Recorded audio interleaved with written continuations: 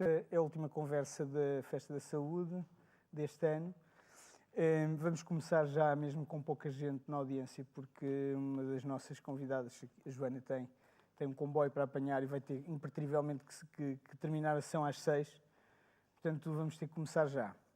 Eu começava por, muito brevemente, dizer quem sou. Meu nome é Vasco Barreto, eu sou internista, sou da direção da Sociedade Portuguesa de Medicina Interna e sou da organização deste evento. E estou aqui inadvertidamente, sem talento e por um acaso. O acaso é que tivemos que atrasar esta sessão portanto, o facilitador original, que era o Rui Ochoa, o jornalista Rui Ochoa, não pode estar. Portanto, eu vou ver se consigo dinamizar a conversa, porque os intervenientes são excelentes na mesma. E, portanto, eu sou a única pessoa sem talento neste grupo. De qualquer maneira, mais uma nota para dizer que, infelizmente, o Dr. Francisco Jorge, nosso ex-diretor-geral da Saúde, infelizmente não pôde estar presente à última hora, teve um compromisso inadiável e, portanto, não vamos poder contar com ele. Dito isto, eu passaria a apresentar os nossos dois convidados. A doutora Joana Amaral Dias, que é psicóloga, mestre em Psicologia do Desenvolvimento, ex-deputada da Assembleia da República, comentadora em analística política e escritora, entre muitas outras coisas. E o professor Carlos Vasconcelos, que é internista, tem o Prémio Nacional de Medicina Interna de 2016, que é imunologista clínico e autodesignado autoimunologista e que é reformado e karateca. Penso que também resume mais ou menos as características dele. E eu vou começar por, uma vez que o nosso tema se divide talvez aqui em dois paradoxos, um que é morrermos por comermos demais e outro que é termos doenças por excesso de limpeza. Vou começar por pedir ao professor Carlos Vasconcelos que nos dê, assim, em traços gerais, uma ideia de o que é a teoria da higiene, que é este assunto que pensou que se relaciona com a segunda parte da nossa... Muito bem, obrigado pelo convite. Eu também não tenho talento para estar aqui com esta personalidade que todos conhecem e muito bem da televisão. A teoria da higiene. E é um prazer estar com o Vasco Barreto, que é de facto um homem com talento. Ninguém tem dúvida disso. A teoria da higiene é uma coisa interessante e foi baseada em factos. Ela é capaz de vir mais de trás, mas para mim está presente desde o final da década de 60, quando um grande homem, o professor Jean-François Bach, que ainda é vivo, reformado, professor emérito em Paris, publicou um artigo em que correlacionava o budget dos países na Europa com os títulos de anticorpos para a hepatite A. E claramente viu que quanto maior era o budget no norte da Europa, menos percentagem da população tinha títulos de anticorpos para a hepatite A, ou seja, tinham mais limpeza do que o sul da Europa. Esse foi o primeiro trabalho e depois o outro trabalho foi também dele, todos nós citámos isso nos artigos quando falámos desses autoimunes, é que correlacionou mais uma vez o budget com a prevalência das doenças autoimunes. E quanto maior o budget do país, maior a prevalência de doenças autoimunes. Depois, portanto, isso levou homens como o Prémio Nobel, o Zinkarnagel, um suíço que está vivo ainda, e muitos outros a dizer isso mesmo, é que quanto mais higiene têm os países, mais probabilidade têm de vir a desenvolver doenças autoimunes. E o que é que isso significará? Bom, significa seguramente muitas coisas, mas uma direta, que podemos dizer de imediato, é o sistema imune necessita de aprendizagem, do contacto com micróbios para desenvolver. E isso, para mim, é claríssimo. Hoje em dia nós sabemos que mais de 90% dos constituintes do sistema imune são mais micróbio relacionados do que relacionados com especificamente o humano. E, portanto, isto não se divide nós e os micróbios, se não estávamos feitos, e, portanto, a teoria da higiene, voltando a ela, a teoria da higiene faz sentido. Não explicará por si só, obviamente, todas as doenças autoimunes. Basta lembrar que a Sardenha, que é um país do Sul, tem uma das mais altas, mais elevadas taxas de diabetes tipo 1, autoimune. comparável à Finlândia, por exemplo. Portanto, é claro que depois nós sabemos que as doenças autoimunes são os genes e as circunstâncias. Os genes explicarão para aí 20%, 30%, e, portanto, a Sardenha foi um país altamente invadido por muitos outros povos. Portanto, é difícil explicar só pela parte da higiene. Portanto, é claro que a que é que levou isto? Levou que esta teoria da higiene, tendo em conta que as doenças autoimunes, autoinflamatórias, se quiserem também, com um espectro maior de definição, estão em crescendo, e há vários factos que o evidenciam, então vamos tentar prevenir. E tentar prevenir é de facto deixar as criancinhas ir para o infantário cedo, é de apanhar aquelas infecções todas, custa muito. Eu sou avô de 6 netos e custa muito ver os meus netos com febre e fico logo tentado a dar-lhes antibióticos. São as minhas filhas e os meus genros que não são médicos que dizem: oh, mas tu és um defensor da teoria da higiene. Pois é, mas a gente esquece disso. Bom, e deixá-los ir brincar para os quintais dos avós e depois falaremos mais tarde dos macróbios, dos alimentos. Muito bem. Joana, a mim ocorreu-me perguntar-te se tu achas que também existe, do ponto de vista comportamental, algum equivalente deste excesso de higiene, ou seja, achas que há também um excesso de higiene nos costumes, uma espécie de asepsia comportamental nas nossas sociedades contemporâneas? Bom, boa tarde. Eu queria, em primeiro lugar, agradecer o convite para estar aqui presente. Eu costumo dizer meio a brincar, mas meio a sério, se calhar é mais 70% a brincar, 70% a sério, 30% a brincar, que eu não perco a oportunidade de aceitar um convite para vir ao Norte, para vir ao Porto. Porque, pronto, tenho um fraquinho muito grande pelo norte do país, pelo Porto e por toda a região. Por cá, calhou muito bem, até confessei isso ao Vasco, porque eu já tinha uma série de compromissos profissionais na sexta e no sábado em Barcelos e em Braga, portanto tudo se conjugou e tem sido, de facto, um fim de semana maravilhoso. Muito trabalho, mas de grande hospitalidade. Eu sinto-me realmente sempre muito bem acolhida aqui. Devo ter aqui uma costeleta, de certeza, aqui de cima. Bom, posto isto, queria-vos dizer que, para mim, as duas questões da higiene e da alimentação, da alteração dos hábitos de higiene e de alimentação, estão profundamente relacionados e tenho um bocadinho de dificuldade em separá-los. E a maneira como eu vejo a questão é mais ou menos assim. Depois, se calhar, podemos aprofundar algumas coisas. O Vasco, com certeza, introduzirá algumas questões. Mas é a seguinte, nós temos mais ou menos 4 bilhões de anos de evolução, nós, Homo sapiens sapiens. Portanto, foi preciso um bocado para chegarmos até aqui, não é? Um bocadinho mais do que de Lisboa ao Porto. Penámos um bocado para chegar até aqui, a este estado de evolução.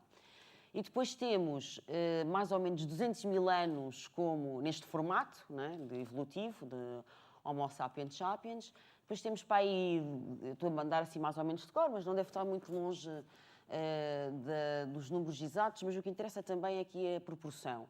Depois vamos ter mais ou menos 12 mil anos da primeira grande revolução, logo a seguir à revolução cognitiva, que é aquilo que nos faz de Homo sapiens sapiens, não é? E, portanto, que introduz os elementos do pensamento abstrato, da capacidade da memória ao serviço do pensamento, das relações sociais complexas, etc. Vem a revolução agrícola, que de facto altera por completo toda a dinâmica social e também, obviamente, a evolução cognitiva, até do ponto de vista até anatómico. E depois temos uma revolução muito recente, se compararmos aos 4 bilhões de anos, então nem se fala, que é a revolução científica, que começou mais ou menos há 500 anos e que depois é fortemente acelerada a partir da primeira revolução industrial. Ou seja, isto para vos dar assim um contexto geral é, à medida que nós fomos descendo das árvores e saindo das cavernas, foi-se mantendo, ou seja, dentro daquilo que foram as revoluções cognitivas, a evolução para o Homo sapiens sapiens, estava tudo bem até nós passarmos a ser sedentários. A partir do momento em que passámos a ser sedentários, com a Revolução Agrícola, ou seja, a partir do momento que nos libertarmos... Eu libertei-me do microfone neste momento. Só por isto aqui. Peço desculpa. A partir do momento em que nos libertarmos da estrita obrigação, porque é uma obrigação para a sobrevivência, de passarmos grande parte do nosso dia à procura de alimento, e éramos então, nessa altura, nómadas, naturalmente. A partir do momento em que nos libertámos dessa preocupação, Começámos, isso obviamente alterou por completo, passámos a fazer as cidades, portanto alterou tudo, não é? Portanto passámos a ser sedentários, alterou não só a forma de vivermos, todos os hábitos, todas as formas de nos relacionarmos, por aí fora. Libertou-nos, obviamente, para a cultura, para o pensamento e depois, uns anos mais tarde, porque isto realmente demora um bocadinho, uns anos mais tarde, de facto, para a filosofia, para a matemática, por aí fora. Mas essa mudança da agricultura, essa mudança, essa possibilidade, aliás, não é por acaso que muitos filósofos pós-modernos, provocadores, dizem que os dois grandes problemas da humanidade é a agricultura e a linguagem, que são os dois grandes vírus que nos condenaram à tragédia. Eu acho que isso é um pouco caricatural, mas se calhar é interessante para poder ser uma alavanca para podermos pensar um bocadinho.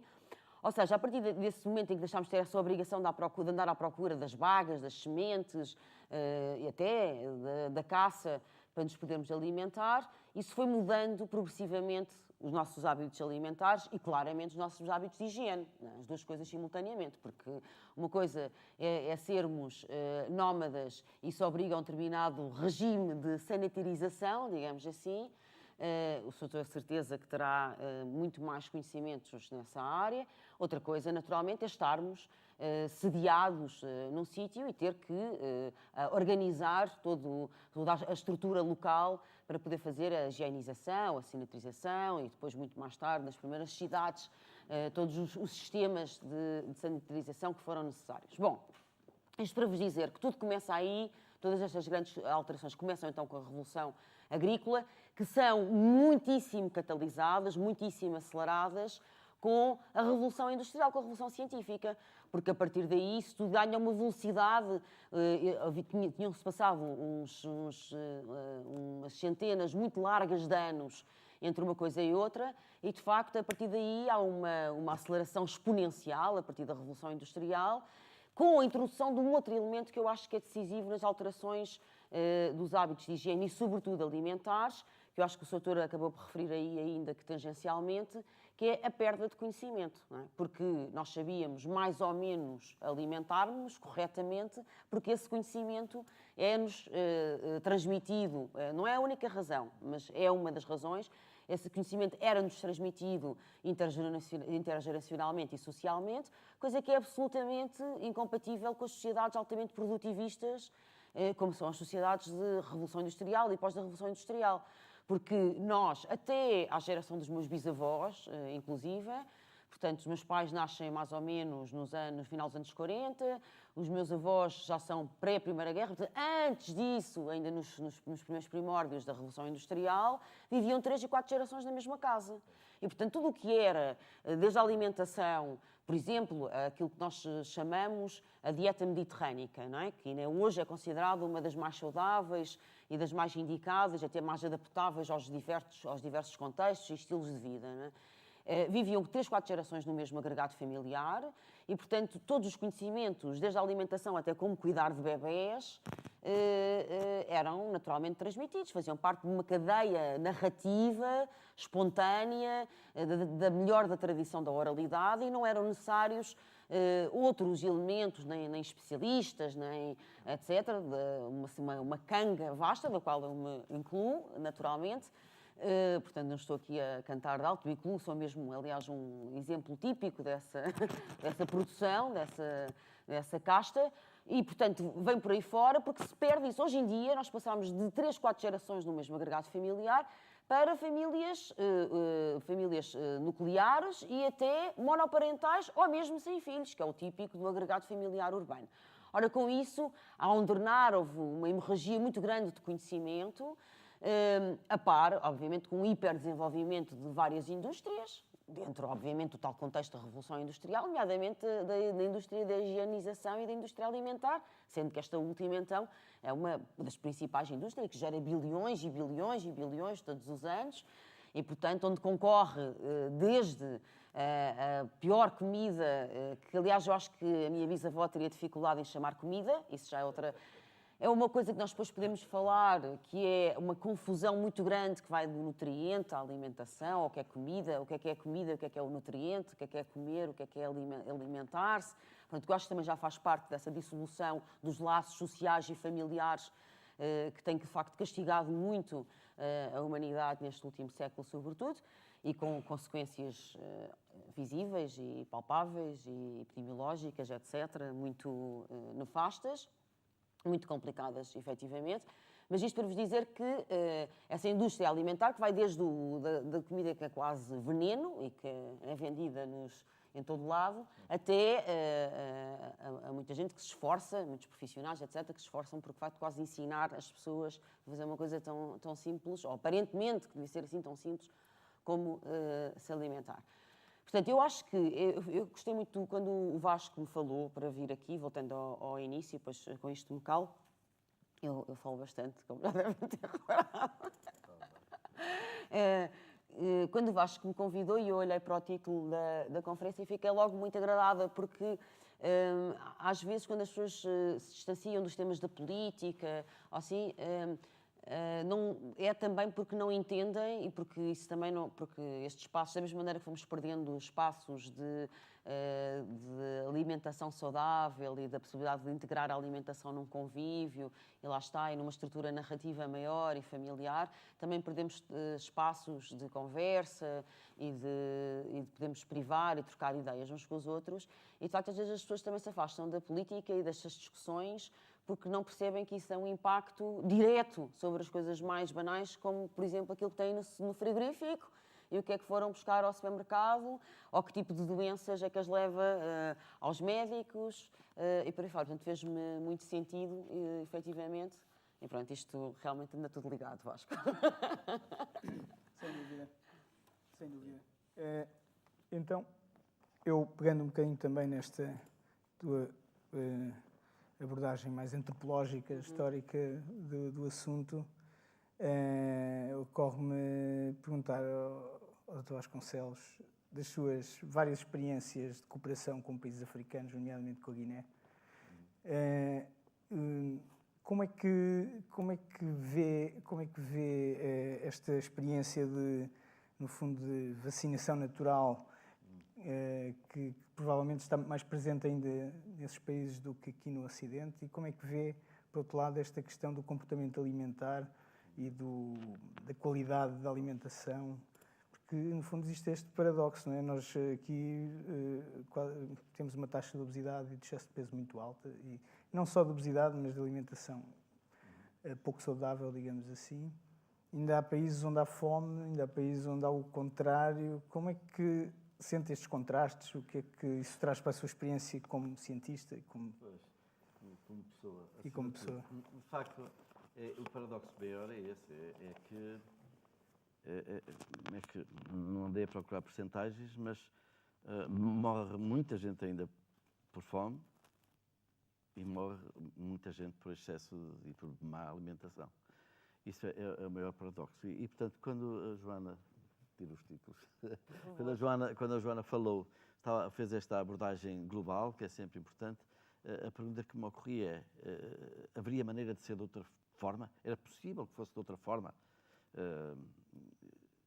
Bom, isso levámos a discussão enorme e não sabíamos o fim dela. Portanto, não sei se esta é a evolução natural das coisas, mas é algo que nós podemos evitar. Ou seja, os países, porque se reparam, quer dizer, nós hoje, precisamente no dia de hoje, temos quase desde pré-históricos, não serão pré-históricos, mas sem dúvida alguma que haverá aborígenes, haverá povos na América Latina com um desenvolvimento muito ainda próximo da oralidade, de transmissão de conhecimentos, que era típica do antigamente e desses povos. Até hoje em dia deve haver sociedades, grupos de pessoas, que devem estar a elaborar conceitos e saber e ter conhecimento que eu, uma pessoa informada, nem sequer imagino. Tenho a certeza que isso ocorre. Portanto, temos um espectro amplo mesmo no leque. E com este espectro amplo, nós podemos dizer assim, então, se nós sabemos que isto e aquilo é errado, nós podíamos tentar, em países como a Guiné-Bissau, que de facto é uma viagem na máquina do tempo, ir para lá. Eu devo dizer, envergonhadamente, é um privilégio quando vou para lá, porque é uma viagem para trás no tempo, e a única coisa que me faz lembrar o tempo é a proliferação dessas coisas horríveis, desses telemóveis que são tão horríveis como tão úteis. E, portanto, nós poderíamos ajudar esses países a modificarem-se, mas ajudar como? Vejam, isto transplanta-se por tudo, isto interliga-se tudo. Quer dizer, nós, se fosse para ajudá-los, era ajudá-los lá no sítio, a fazer com que eles não estivessem a fugir pelo Mediterrâneo fora e a morrer por ali fora. E a Europa, nunca perguntei, nunca andei a internetar, a googlar, para saber quanto é que a Europa já gastou com estes problemas no Mediterrâneo. E lembro-me daquele homem que ganhou um prémio Nobel da Economia, o indiano da microeconomia, e depois transplante para o que vejo na Guiné-Bissau e digo, eu, com 100 euros, 250 euros, dados a mulheres, obviamente, a mulheres, que são as grandes construtoras deste mundo, eles faziam andar o mundo para a frente. E andar o mundo para a frente as pessoas não queriam andar por ali. Agora, não, a verdade é que eu estou a ver a Guiné daqui a 50 anos, agora ainda não há lá nenhum McDonald's, porque os americanos do McDonald's ainda não descobriram que aquilo pode dar dinheiro. Mas, infelizmente, se o McDonald's for por lá uma coisa, vai ganhar dinheiro. E eles vão deixar de comer aquele peixe fantástico que têm e que os chineses estão lá a aspirar. Portanto, já me perdi, onde é que ia? Portanto... Os chineses estão a fazer ao peixe, não percebi? Os chineses a aspirar, autenticamente. Uns navios estão a aspirar os peixes para navios para depois para lá. A grande riqueza da Guiné-Bissau, mas não vou falar da Guiné-Bissau, mas é um exemplo paradigmático. A grande riqueza é o peixe e a madeira. E, portanto, houve muita gente a roubar madeira ali e o peixe, que é fantástico, porque eles têm aquelas milhentas ilhas dos Bijagós, que vale a pena visitar, e tem turismo sustentável lá. Mas eu não vejo ou seja, vejo como incapaz e vejo a sociedade como incapaz de andar para a frente. Mas isto não é tudo num caminho e, portanto, convém dizer assim, como é que se pode lutar contra isto? Como é que se pode lutar contra isto? Bom, a maneira de lutar seria deitar estas roupas fora, vestir qualquer coisa mais à moda e ir para a Lausanne, para as serras da Lausanne, por exemplo. Fantástico. Aliás, eu sou da geração hippie e sou um hippie falhado, sem dúvida alguma. Portanto, é possível lutar dessa forma, desligar-se, desconectar-se e viver a sua própria vida. Isso é ótimo. A pessoa dispensa os xanaques, essas coisas assim. Perdão, óperas lá. Mas, de outras formas, é possível. Vejam, por exemplo, o que se passa com as como é que se diz em Lisboa? Vacinas. Nós dizemos vacinas. O que se passa com as vacinas? Agora, há muita gente informadíssima, e eu conheço gente perto de mim, que não quer vacinar as crianças. Que não quer vacinar as crianças. E eu que tive o privilégio de trabalhar em 92 com o homem que inventou essa nova doença que se chama Ásia, autoimmune/autoinflammatory syndrome, induced by adjuvant. E adjuvant são as vacinas, são o alumínio das vacinas, ou o silicone na indústria da cosmética. Portanto, o adjuvante é capaz de criar, desenvolver, estimular doenças inflamatórias, doenças autoimunes, inflamação no seu global. É claro que não é em toda a gente, é naquelas pessoas que têm o terreno genético XP15. E, portanto, a melhor prova de que não é bom senso recusar um plano de vacinação é que ele acabou de vacinar a única neta que lhe nasceu agora, há uns meses atrás. Portanto, as pessoas estão desesperadas por lutar contra isto. E, portanto, a maneira mais fácil é fugir, é desconectar-se. A maneira mais difícil, mais árdua, deve ser de meter-se num partido político e lutar politicamente nos sítios. Mas isso também tem que se comer muita agrura. E, de facto, isso também acho que é nem 8 nem 80. Por isso, olha, eu estou um bocadinho perdido, não sei como lutar contra isto. Fugir para a Guiné, bom, é um alívio. Ao Paulo Zé. Joana, e há algum, para o comum dos mortais, digamos assim, para uma pessoa que não queira ser hippie e comprar uma casa sem teto na Serra da Lausanne, uma coisa dessas, nem queira ser dirigente político e militante, não queira uma vida de militância e de compromisso com a vida pública, alguma coisa que o comum dos mortais possa ir fazendo na sua vida no dia a dia e que possa, de alguma maneira, ter impacto, ter importância no fundo, nestes desvios, nestas dificuldades, nestas imperfeições de... Bom, se me permite já voltar um passo atrás, eu não me esqueço do que tu estás a perguntar, porque este exemplo que o Sr. está a dar das vacinas é muito bom. Bom, quando se fala da parte da limpeza, etc., se calhar podíamos alargar aqui às vacinas, de facto, porque ou a principal razão pela qual há uma série de pessoas, e em Lisboa não é muito difícil conhecer pessoalmente algumas das pessoas que não gostam ou que são contra as vacinas, é justamente uma questão de informação, como vocês sabem. Porque encontraram, supostamente, vocês sabem dessa história toda, melhor que eu, houve um estudo, não sei das quantas, que provavelmente, acho que nem sequer tem grupo de controle, bom, uma longa história, eu nunca aprofundei isso, mas sei que o estudo tem várias, enfim, exatamente, experimentais, é um dispositivo experimental fraquito, e que já foi, aliás, replicado outras vezes, com resultados contrários, mas enfim, houve uma divulgação massiva dessas conclusões na internet, que supostamente tendo uma chancela, não é? Uma validade, a tarimba de um estudo científico, credível, fidedigno, no qual as pessoas podiam confiar, e perante o surgimento de uma série, concomitante, uma série de problemas de saúde mental infantil, portanto, desenvolvimento infantil, nomeadamente autismo e um espectro muito largo de doenças onde as pessoas vão pondo para o autismo, mas são coisas da Asperger e coisas, às vezes, com muitas dificuldades de diagnóstico, enfim, claramente síndromes do século XXI, por isso é que eu não me esqueço da tua pergunta, as pessoas havia esse estudo e, portanto, uma coisa associada à outra, maravilhoso. Então, toca daí de não vacinar as suas crianças com consequências inacreditáveis e, enfim... Sim, e com um argumentário e uma postura muito difícil, de facto, de desmontar e de chamar à razão. Mas isto para vos dizer que, de facto, este exemplo das vacinas é bom porque ele está, de facto, dependente, é uma questão de informação, de facto, a informação é poder ou não é poder, é desvitalização quando na sua ausência ou no seu enviesamento. E este caso das vacinas é muito bom exemplo. E quando tu me perguntas, Vasco, o que é que se pode fazer...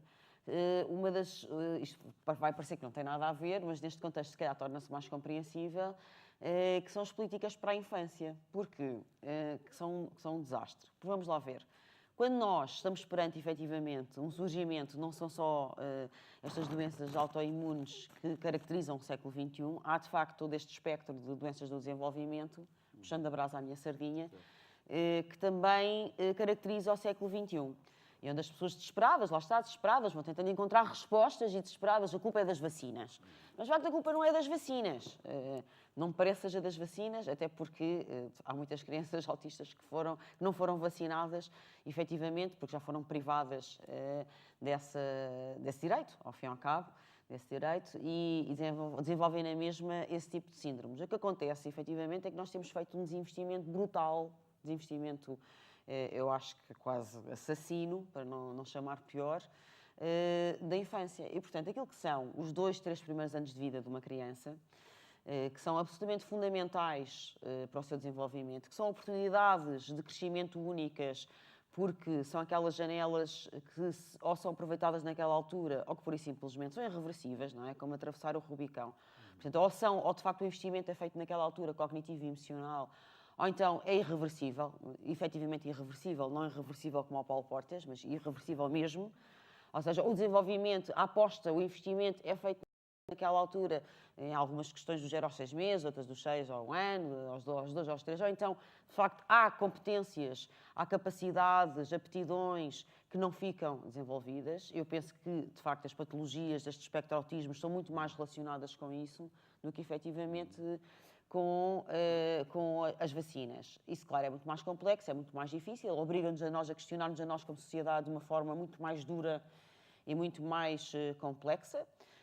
porque isso obriga-nos a pôr questões como, por exemplo, como é que é possível um gestor do PSI 20 ganhar 300 vezes mais do que uma educadora da infância. E, portanto, a validação social que nós fazemos de certas profissões, de certas atividades, mostra bem o valor que lhe damos e, obviamente, tudo o que está em redor da infância, que devia ser tipo, o primeiro, devia ser o alfa e o ômega de qualquer sociedade. Não é? Agora que tem 6 netos, de certeza que concorda comigo. Já concordava antes, calhar, mas pronto, agora de certeza concorda. Há um grande investimento, efetivamente, e isso tem repercussões. Também tem repercussões neste capítulo que nós estamos a falar, porque uma série de aquisições, nomeadamente como comer, não é? O que comer e como comer, a oralidade é de facto a porta de entrada, a primeira conexão, a primeira ponte na relação com o mundo. E, portanto, a alimentação é a primeira mediação do bebê com os seus pais e com a sociedade. E, portanto, por todas as razões, não só efetivamente da aprendizagem biológica, mas da aprendizagem social efetiva, a alimentação tem esse contexto e, portanto, aí também esse desinvestimento brutal que é feito nessa altura também compromete hábitos alimentares, etc., no futuro. Portanto, eu sou particularmente sensível a esta questão e interessa-me muito esta questão das políticas para a infância, dos 6 primeiros anos, mas é óbvio que é muito mais fácil, vamos dizer que também é muito mais fácil criar, e comunicacionalmente as pessoas funcionam assim, criar atalhos e dizer botes expiatórios, a culpa é das vacinas e pronto, do que, de facto, fazer uma coisa mais introspectiva e muito mais, que mexe muito mais com a estrutura e com os alicerces de uma sociedade, que é, se calhar, dar aqui uma volta de 180 graus e reorganizar-nos profundamente. Portanto, eu acho que acho que a evolução, porque o Soutor também tinha posto essa pergunta, se a evolução era inevitável. Acho que algumas coisas, se calhar, eram inevitáveis, mas dentro do grande tronco, depois já há aqui muitas estradas secundárias que, se calhar, podiam ser poupadas e acho que é isso que temos que fazer. Acho que precisamos, sinceramente, estamos numa altura da evolução da humanidade e das sociedades que acho que precisamos mesmo de parar só de dar respostas imediatas e dar 2 passos atrás para podermos efetivamente pensar muito bem o que é que estamos a construir e quais são as macro-opções que queremos decidir e tomar, porque estamos aqui, acho que estamos ali assim no nervo, não é? No arame. Deixa-me só dizer, primeiro, isto funciona ou não? Primeiro dizer que a alimentação e a oralidade, o nosso maior órgão do sistema imune é o tubo digestivo. Pois. É o nosso maior órgão, portanto, é o que contacta com mais antigénios e portanto, a formação, o estímulo do sistema imune é por aí. Mas, portanto, está mesmo tudo ligado. Não está, absolutamente. Mas perguntava-lhe o seguinte, apesar de tudo, houve experiências políticas diferentes, pelo menos durante alguns anos. Bom, eu estou-me a lembrar agora deste século, mas olhando para trás, e acha que é possível depreender que, de facto, houve diferenças, se é que houve diferenças entre diversos sistemas políticos que possam ter contribuído para uma melhor saúde, nestes aspectos que estamos a diferenciar. Há informação sobre isso? Eu não... Quer dizer, não é... Há alguma. Eu acho que... Pronto, estamos aparentemente a desviar da conversa, deixas-me responder mais. A conversa é naturalmente... É com mais cerejas. É desejavelmente digressiva, como eu vos tinha dito quando vos convidei. Eu acho que o grande problema dos grandes sistemas de pensamento do século XX, e que influenciaram tudo, inclusive a alimentação das pessoas, é que é um bocadinho como... Há um quadro do Rembrandt, que eu acho muita piada, que aliás é um quadro com médicos, que é a anatomia do Dr. Tulp, sabem qual é que é? Em que ele está... em que responde a uma... Não é anatomia, que estupidez. Agora falta-me a palavra. Quando se faz na morgue, faz... Autópsia do Dr. Tulp, obrigada. Em que ele está a fazer autópsia e ele, o médico, está a dirigir, estão à sua volta uma série de estagiários, de aprendizes, e, portanto, há o cadáver, numa espécie... Vocês já viram esse quadro, de certeza, porque é um quadro super conhecido. De certeza que já viram. A autópsia do Dr. Tulp. E, portanto, ele está o paciente, o cadáver, está deitado na maca, e, portanto, o médico está a fazer a autópsia, e está um manual, que é um pequeno pormenor, exato, que não se repara tanto no quadro, mas ele está lá, um pequeno manual de anatomia ao lado da cama, da maca, e o olhar do médico dirige-se para o manual e não para o paciente. E o paciente tem, isso é uma velha discussão entre historiadores de arte, o paciente tem, uma das mãos está trocada do paciente, a mão esquerda está pintada como se fosse a mão direita. Isto para dizer o quê? Que uma interpretação possível desse quadro do Rembrandt, não sei se é correta, se isto é, se é estar a construir a posteriori uma linda teoria, ela não é minha, portanto, até há o Sebald, que é um grande escritor, que escreveu Os Imigrantes, alguns de vocês devem ter lido, fala disso. Uma das teorias sobre este quadro é que o Rembrandt quis justamente chamar a atenção para o risco e o perigo de nós seguirmos a ciência e não olharmos para as pessoas.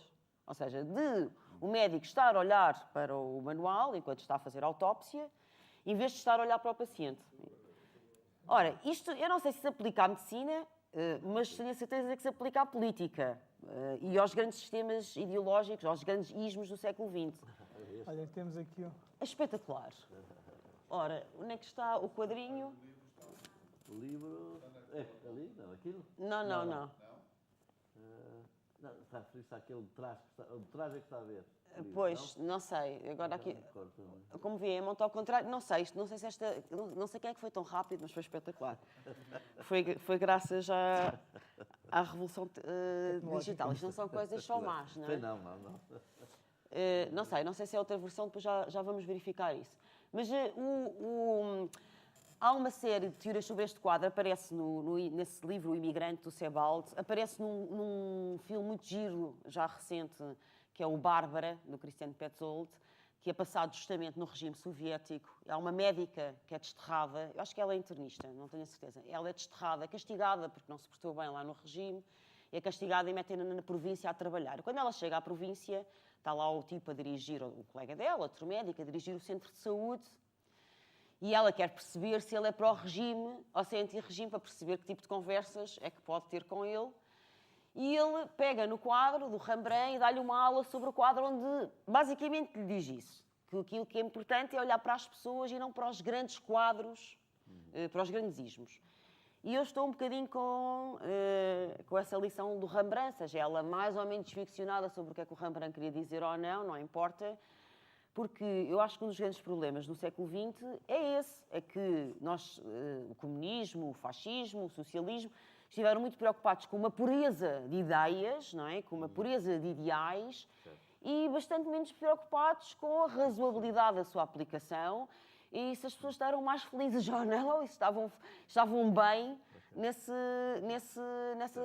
Aliás, eu hoje em dia acho que é muito pouco interessante a discussão esquerda-direita, e até isso relaciona-se diretamente com a alimentação e com esta questão do hemisfério norte-sul, nomeadamente do esbulho e do saque que continuamos a fazer ao sul, seja na Guiné, seja no outro lado qualquer, muito mais interessante que a esquerda e a direita, se calhar temos uma postura mais ecológica ou ambientalista / produtivista. E, portanto, eu situo-me claramente mais na primeira linha, mais ecológica e ambientalista do que produtivista, e, portanto, tenho muitas críticas a fazer ao produtivismo, não só deste género que o doutor estava a fazer, portanto, do saque que foi feito e continua a ser. Eu não conhecia essa situação da Guiné-Bissau, mas agora fiquei curiosa de investigar. Do saque que está a ser feito, porque assim, também estas doenças da higiene e da alimentação são, obviamente, doenças das sociedades burguesas, doenças do primeiro mundo, das sociedades da abundância e do consumo. E isso é feito à pala ainda hoje, à conta ainda hoje, foi feito sempre, mas ainda primeiro do colonialismo, da exploração dos descobrimentos, do colonialismo da exploração, e ainda hoje, obviamente, dessa sangria de recursos. O paradoxo está na... Isto funciona ou não? Funciona. O paradoxo está em que uma população pobre, com fome, passa, e isto vem do Brasil, da sociedade brasileira, passaram de populações ali que passaram da fome para obesos. Pois. Porque depois o dinheiro dá para comer esta comida que não devem... O veneno, isso não é comida, é veneno. É veneno? O veneno é barato. Pois é. E então como é que podemos... Comer frutinha e não sei o que sai caro. Que revolução que temos que fazer para controlar isso? Por isso é que também sai caro, não é? Em vez de nós termos só, se queremos aquelas soluções imediatas e o fast food do pensamento, também sai caro e ninguém, no fundo, ninguém ou pouca gente quer fazer, que é assim, pá, isto realmente está francamente mal, não é? As nossas crianças estão autistas. Você não é para usar. E é melhor, e mais do que ir para a luz, é dar 2 passos atrás realmente e pensar e realmente reinvestir a sério numa série de coisas, reorganizar, porque isso, para já, isso é lutar, lá está, contra não sei quantas indústrias, vamos ser honestos. Há aqui muito dinheiro envolvido nestas coisas, por isso é que há bocado chamei logo a atenção. Portanto, isto não se faz assim de qualquer maneira, não é? Portanto, a partir do momento em que há interesses canibais instalados, é preciso, a guerra vai ser dura, não é? Não vai ser fácil. E depois vai ser muito trabalhoso, de certeza, para a minha geração, isso, resultados vai ser difícil, assim, à partida. Digo eu. Doutor Carlos, falou há bocadinho dos macróbios e prometeu-nos dizer mais alguma coisa sobre isso. Os macróbios, estava a referir-me especificamente aos helmintas, são os nossos grandes amigos. E nós temos tratados mal, as bichas, lombrigas, essas coisas assim, são os nossos grandes amigos. E de tal forma isso é verdade, portanto, vamos pensar. Os macróbios são, ou se quiserem, o mundo todo dos micróbios, whatever. Todo o mundo vai de micróbios idiotas que querem matar o restaurante, quando entram para dentro de nós, querem nos matar. São parolos, não têm informação, não sabem o que lhes convém sequer. Até os mais espertos, que são os helmintas, que desenvolveram, que coexistem connosco há milhares e milhares de anos e que aprenderam, o nosso sistema imune e esses agentes aprenderam a viver em tolerância. Portanto, o espectro da nossa relação com os micróbios, e convém dizer, e micróbios mete tudo, convém dizer que nós só conhecemos, diz uma senhora que eu sei citá-la, nunca li o livro dela, Rita, The Coming Plague é o título do livro, ando sempre a ver se eu mando vídeo pela internet. Ela diz que nós só conhecemos menos de 1 ou 2% das bactérias, não é dos micróbios, das bactérias que se pensa existir.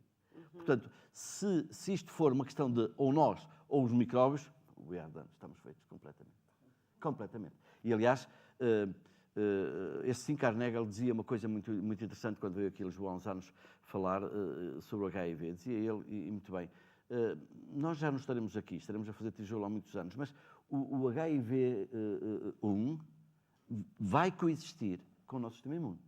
A prova disso é que, primeiro, nós temos partículas de retrovírus incorporadas no nosso genoma. 2, o HIV-2, que tem a ver com a Guiné-Bissau, aquela zona ali, tem uma história natural muito mais lenta, provoca menos inflamação e, portanto, esse é o grande truque do HIV, é provocar inflamação que provoca autodano. Portanto, os micróbios têm de facto, todo o interesse em entenderem-se com o nosso sistema imune e o nosso sistema imune também. Os helmintas desenvolveram isso ao longo de muitos anos e inclusive está em desenvolvimento uma vacina com uma molécula que é a fosforilcolina, que faz parte da constituição dos helmintas, para tentar induzir tolerância. É muito interessante esta área dos helmintas e do tubo digestivo. Eu não sei se a maior parte das pessoas tem conhecimento, mas fizeram-se já experiências em humanos, ensaios clínicos, devidamente, eticamente, de acordo com todas as regras, com proteína básica da mielina para tentar induzir tolerância nos doentes que começaram a aparecer com a esclerose múltipla, ponto 1, e com colagênio de galinha, bovino, talvez caprino, humano, a Comissão de Ética não deixou de utilizar, comer colagênio oral para tentar induzir tolerância nos doentes com artrite reumatoide. Isto deu muito resultado nos modelos animais que temos para a artrite reumatoide e para a encefalomielite da esclerose múltipla, mas qual é a grande diferença? É que enquanto os modelos animais podem vir a ter esta doença, a artrite reumatoide, se levarem uma injeção de colagênio, e se lhes der, antes da injeção, der a comer o colagênio, eles levam a injeção, já não induzem, não aparecem com uma artrite reumatoide, tal e qual. Nos humanos, quando o diagnóstico clínico é feito, isso já é a ponta do iceberg. O processo fisiopatológico está documentado pelo menos 6, 8 anos antes. Já está documentado. Os americanos têm coisas muito más, mas têm uma muito boa, é que desde que os tropas, os magalas, as pessoas vão à inspeção, todos os anos recolhem sanguinho, fazem seroteca. Então foram para trás, deixa-me ver doentes com artrite reumatoide, com lúpus, vamos ver para trás e vimos que eles, até 6 anos antes, já mostrava algum dos autoanticorpos. Portanto, nós ainda não sabemos, mas de facto temos o conceito de que nós seríamos capazes de curar todas as doenças se o soubéssemos como é que funciona esta homeostasia com a natureza e com o que temos dentro de nós, a começar por todo o destino. Portanto, os elmitas são uma grande esperança. Os tais macróbios. Macróbios. Cheguei a pensar que com macróbios estivesse a falar noutras pessoas ou... Bom, isso não chamamos, aqui no Porto chamamos morcões. Não chamamos macróbios. Morcóbios. Morcóbios. Ora bem, ainda temos mais ou menos 10 minutos, por isso eu se calhar ia perguntar se alguém na plateia tem alguma pergunta a fazer a algum dos nossos convidados. Ótimo. Acho que pode ser interessante, é só porque eu já não tenho mais perguntas.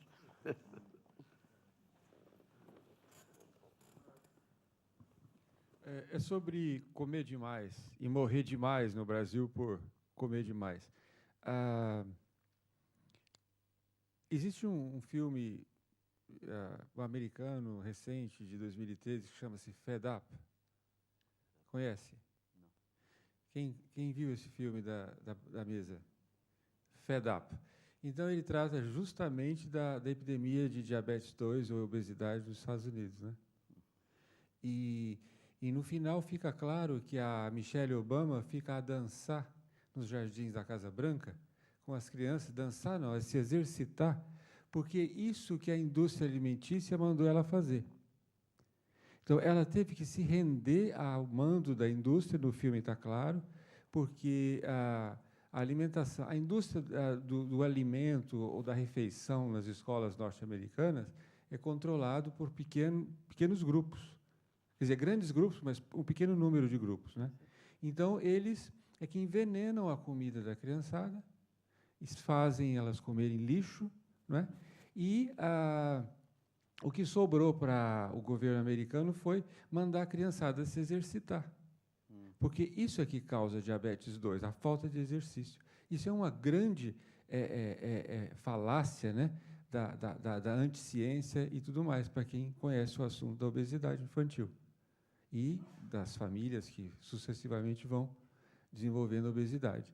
Então, assim, há uma questão muito mais séria, que é assim, o quanto que se deve cobrar de ética, né, dessas empresas prestadoras de serviço ao Estado, já que o mercado é livre para vender o que quiser, a porcaria que quiser, não há nenhum freio, nenhum limite.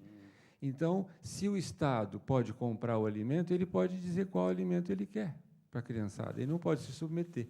Mas parecia que tem lá uma implicação de financiamento estatal e de o quanto que essa empresa dava para o governo norte-americano em certas circunstâncias, ou seja, da corrupção, etc.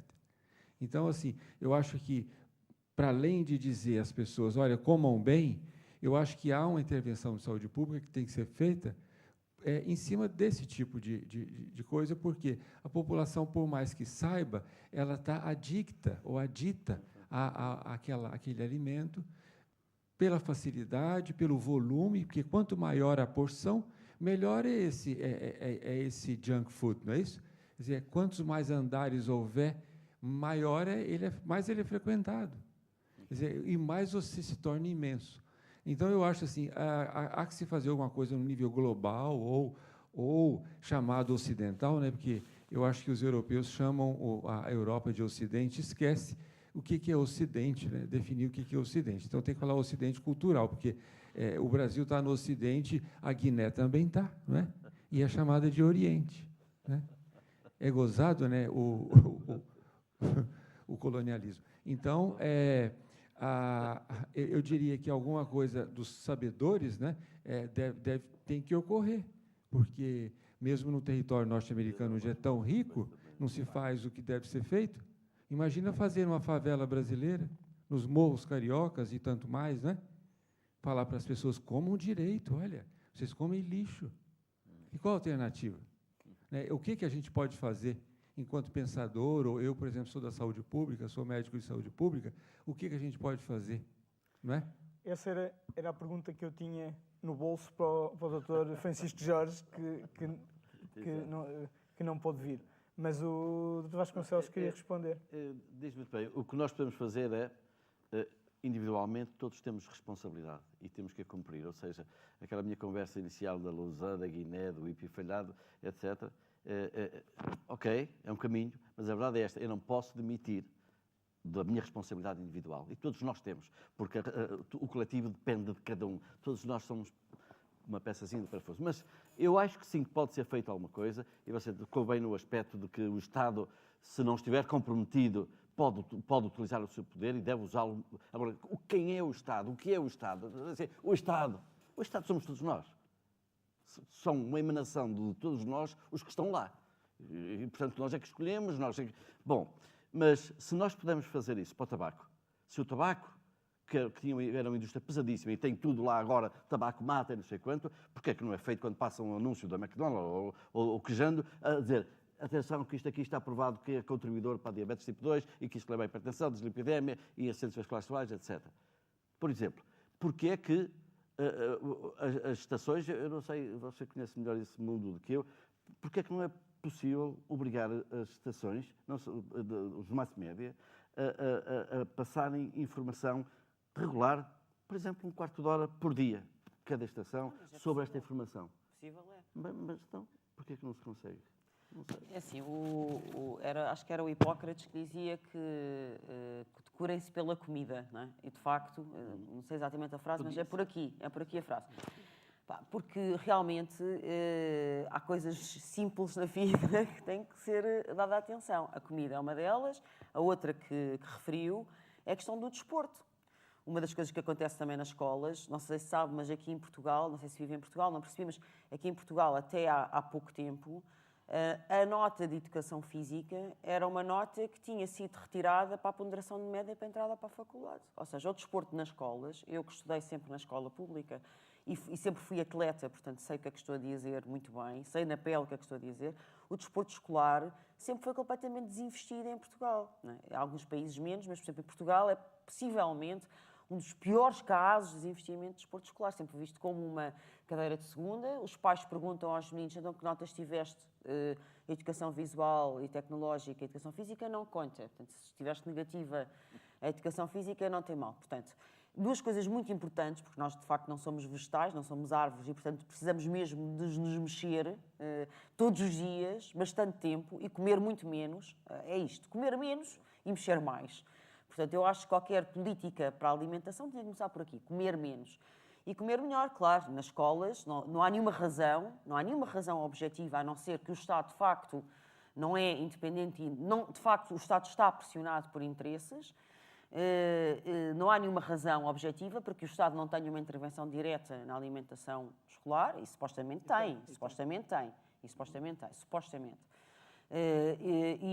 No desporto escolar a mesma coisa, ou que não tenha recomendações a fazer à comunicação social ou à indústria alimentar, que efetivamente há coisas que não dá para entender como é que alguns produtos são vendidos nos supermercados, são facultados ao pé de escolas, etc., que são de facto são venenos, como eu já disse. Para mim aquilo são produtos tóxicos, entre aquilo e uma coisa quase comida para rato, de veneno para ratos, a diferença às vezes é pouca. Portanto, a única maneira de compreender não se compreende por boa fé. A única maneira que se pode entender é que, efetivamente, há demasiados compromissos e relações comprometedoras entre a classe política, que tem que ter sempre isto presente em primeiro e último lugar, que visa sempre a melhoria de condições de vida das populações. Isso só pode ser o princípio, o meio e o fim de qualquer atividade política. Há demasiados compromissos e relações contaminadas com interesses, porque senão não justifica uma coisa desta. Não justifica, por exemplo, que a atividade desportiva não seja a disciplina nobre até muito tarde no desenvolvimento. Na medicina e na psicologia, nomeadamente em áreas tangenciais, como por exemplo a neuropsicologia. Hoje sabe-se que a atividade física é não só essencial para o desenvolvimento das crianças, como é a porta de entrada, é o pasto necessário para aprender uma série de outras coisas, como a música, o xadrez, a matemática e por aí fora, que são igualmente fundamentais para o desenvolvimento. Ou seja, uma criança que anda melhor, que se mexe melhor, que é mais coordenada psicomotoramente, é também uma criança que aprende melhor uma série de outras coisas. Portanto, eu acho que fez as perguntas e deu as respostas. Elas são um bocado duras às vezes de ouvir.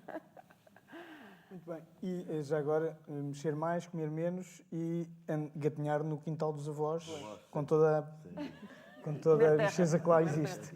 Uma última pergunta. Há vários candidatos. Pronto, 3 perguntas rápidas, então. Tem que apanhar o comboio. Eu sou educadora de infância, de formação, e eu acho que não é só nas escolas que se desinveste na motricidade infantil, é em casa também. Esse excesso de limpeza, também às vezes há muito excesso de zelo. E, cuidado que aí cais, cuidado que podes tropeçar, cuidado isto, não mexas aqui. E hoje em dia nós queixamos que os nossos filhos estão sempre em frente a um computador ou um telemóvel, mas todos nós, adultos, muitas vezes também não damos o exemplo e não lhes damos liberdade para serem autónomos e ganharem essa motricidade. Acho eu. Gostava de partilhar. Completamente de acordo. Alexandra? Boa tarde. Eu sou professora de Educação Física e também desenvolvo projetos de educação ambiental na escola. E a conclusão que eu tenho chegado ao longo destes meus últimos anos de trabalho é que a informação não chega. Saber as coisas não chega. Explicar não chega. Quando não há uma relação afetiva entre quem explica e quem ouve, não há mudança de comportamento.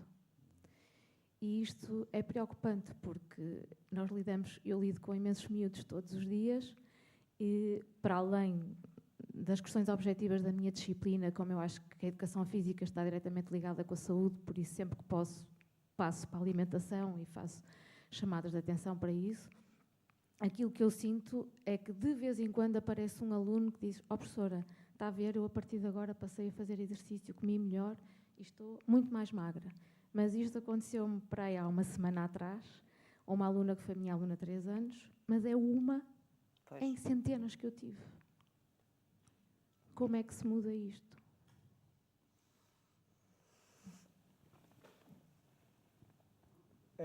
Não sei se há alguma resposta curta, suficientemente curta para a sua pergunta, mas acho que disse uma coisa essencial, que é uma coisa é ensinar, outra coisa é educar, e sem essa dimensão afetiva não se educa, não é?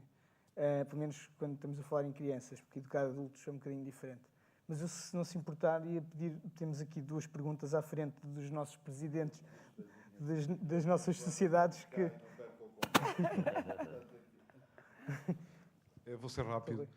Felicitá-los antes de mais pelas vossas intervenções e pela abordagem deste tema, aliás, bastante pertinente. A minha questão prende-se um pouco aquilo que a Joana desenvolveu sobre a revolução da agricultura, depois a revolução industrial. Eu julgo que agora estamos na revolução da informação, desde há 40 ou 50 anos, talvez, e de uma forma mais agressiva, diria eu, desde há 10 ou 15 anos, com as redes sociais. E na sequência desta intervenção última, eu sou médico de família e lido com as crianças e com os adultos, com os pais e com os avós, com os mais velhos e os mais novos, enfim, com grávidas, com todos. Essencialmente com as pessoas. E às vezes doentes, o que agrava um pouquinho mais as coisas. Mas esta questão, enfim, deste tema, e a informação, e a era da informação, ou a revolução da informação, suscita-me uma pergunta: como é que nós podemos aproveitar a informação e todas as capacidades que hoje temos de informar, para informarmos bem? Aquilo que há pouco a Joana estava a dizer sobre o estudo do autismo e das vacinas é um estudo falso, não existiu estudo nenhum. Não há, nem é eticamente, nem erradamente, não existe. Não existe estudo, apenas existe a informação que houve um estudo, mas não existe estudo. E que se provocava qualquer coisa. Bom, isto é paradigmático daquilo que a informação é capaz de fazer. Há imensos exemplos. Quando foi da doença das vacas loucas, nós não tivemos casos, mas passou uma vaquinha a cambalear, que era sempre a mesma, cambaleava na televisão, e as pessoas deixaram de comer carne de vaca. E agora, se disser uma coisa de ovos, deixam-se de comer ovos, e se disser de frangos, deixam de comer frangos, e por aí fora. A capacidade que hoje a informação tem, o poder da informação é enormíssimo. Agora, temos que o canalizar para aquilo que é positivo, para aquilo que é útil, aquilo que é válido, e não estamos a conseguir fazer isso. Portanto, a revolução é mesmo necessária, é preciso consumar a revolução para termos o benefício daquilo que hoje estamos a sofrer da revolução. Eu queria só provocar uma coisinha, que é, e também na sequência daquilo que a Joana disse, em relação à política que nós temos desenvolvido de apoio à criança, de apoio infantil. É uma hipocrisia aquilo que se está a fazer. Nós temos um problema nacional de difícil resolução, que é a baixa natalidade. Não vamos conseguir superá-lo nos próximos anos, duas ou três gerações, se é que vamos conseguir alguma vez resolver este problema. Nós, por nós, se calhar já não vamos ser capazes, teremos que importar outros povos que venham para cá para ter filhos. E a minha provocação é esta: por que não dar 1,5 voto, ou 1 voto por cada criança, e cada progenitor tem mais meio voto? Não é? A Joana é mãe, tem 1,5 voto. Vamos ver se os políticos não ligam às crianças e não desenvolvem uma política de apoio infantil. Talvez seja provocador. Pronto, eu peço muitas desculpas, mas tenho mesmo que ir, porque ainda vou hoje trabalhar, e essa é a razão pela qual tenho comboio agora. Mas eu acho que era a intervenção da professora de Educação Física, que era sua, de facto tocam esta corda muito sensível das sociedades contemporâneas, que é a questão da informação. E nós aí estamos fritos. Porque se a indústria alimentar gera muito dinheiro, a indústria da informação não é um tubarão mais pequeno.